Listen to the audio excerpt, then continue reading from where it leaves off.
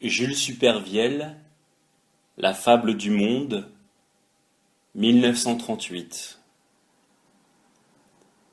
Prière à l'inconnu.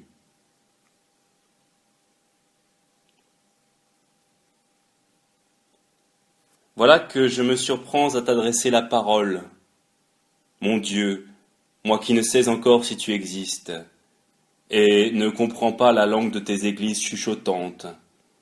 Je regarde les autels, la voûte de ta maison, comme qui dit simplement, voilà du bois, de la pierre, voilà des colonnes romanes, il manque le nez à ce sein, et au dedans comme au dehors, il y a la détresse humaine. Je baisse les yeux sans pouvoir m'agenouiller pendant la messe, comme si je laissais passer l'orage au-dessus de ma tête. Et je ne puis m'empêcher de penser à autre chose.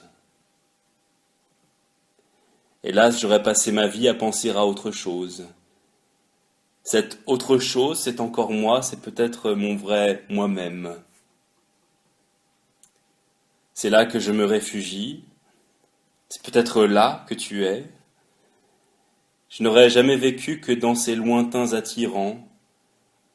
Le moment présent est un cadeau dont je n'ai pas su profiter. Je n'en connais pas bien l'usage, je le tourne dans tous les sens, sans savoir faire marcher sa mécanique difficile. Mon Dieu, je ne crois pas en toi. Je voudrais te parler tout de même. J'ai bien parlé aux étoiles, bien que je les sache sans vie. Aux plus humbles des animaux, quand je les savais sans réponse. Aux arbres qui, sans le vent, seraient muets comme la tombe. Je me suis parlé à moi-même quand je ne sais pas bien si j'existe. Je ne sais si tu entends nos prières à nous les hommes. Je ne sais si tu as envie de les écouter. Si tu as comme nous un cœur qui est toujours sur le qui-vive et des oreilles ouvertes aux nouvelles les plus différentes. Je ne sais pas si tu aimes à regarder par ici. Pourtant, je voudrais te remettre en mémoire la planète Terre, avec ses fleurs, ses cailloux, ses jardins et ses maisons, avec tous les autres et nous qui savons bien que nous souffrons. Je veux t'adresser sans tarder ces humbles paroles humaines, parce qu'il faut que chacun tente à présent tout l'impossible. Même si tu n'es qu'un souffle d'il y a des milliers d'années, une grande vitesse acquise, une durable mélancolie qui ferait tourner encore les sphères dans leur mélodie. Je voudrais, mon Dieu sans visage et peut-être sans espérance, attirer ton attention, parmi tant de ciels vagabondes, sur les hommes qui n'ont plus de repos sur la planète. Écoute-moi, cela presse, ils vont tous se décourager, et l'on ne va plus reconnaître les jeunes parmi les âgés. Chaque matin, ils se demandent si la tuerie va commencer. De tous côtés, l'on prépare de bizarres distributeurs de sang, de plaintes et de larmes. L'on se demande si les blés ne cachent pas déjà des fusils. Le temps serait-il passé où tu t'occupais des hommes? T'appelle-t-on dans d'autres mondes, médecin en consultation, ne sachant où donner de la tête, laissant mourir sa clientèle? Écoute-moi, je ne suis qu'un homme parmi tant d'autres.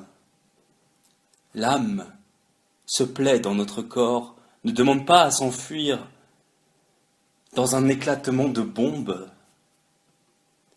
Elle est pour nous une caresse, une secrète flatterie. Laisse-nous respirer encore sans songer au nouveau poison. Laisse-nous regarder nos enfants sans penser tout le temps à la mort. Nous n'avons pas du tout le cœur aux batailles, aux généraux. Laisse-nous notre va-et-vient comme un troupeau dans ses sonnailles, une odeur de lait se mêlant à l'odeur de l'herbe grasse. Ah, si tu existes, mon Dieu, regarde de notre côté. Viens te délasser parmi nous. La terre est belle avec ses arbres, ses fleuves et ses étangs, si belle que l'on dirait que tu la regrettes un peu. Mon Dieu, ne va pas faire encore la sourde oreille, et ne va pas m'en vouloir si nous sommes à tu et à toi, si je te parle avec tant d'abrupte simplicité. Je croirais moins qu'en tout autre en un Dieu qui terrorise. Plus que par la foudre, tu sais t'exprimer par les brins d'herbe, et par les yeux des ruisseaux, et par les jeux des enfants, ce qui n'empêche pas les mers et les montagnes. Tu ne peux pas m'en vouloir de dire ce que je pense, de réfléchir comme je peux sur l'homme et sur son existence, avec la franchise de la terre et des diverses saisons, et peut-être de toi-même, dont j'ignorais les leçons. Je ne suis pas sans excuse, veuille accepter mes pauvres ruses. Tant de choses se préparent sournoisement contre nous. Quoi que nous fassions, nous craignons d'être pris au dépourvu et d'être comme le taureau qui ne comprend pas ce qui se passe. Le mène-t-on à l'abattoir, il ne sait pas où il va comme ça, et juste avant de recevoir le coup de mort sur le front, il se répète qu'il a faim et brouterait résolument. Mais qu'est-ce qu'ils ont ce matin avec leur tablier plein de sang, à vouloir tous s'occuper de lui?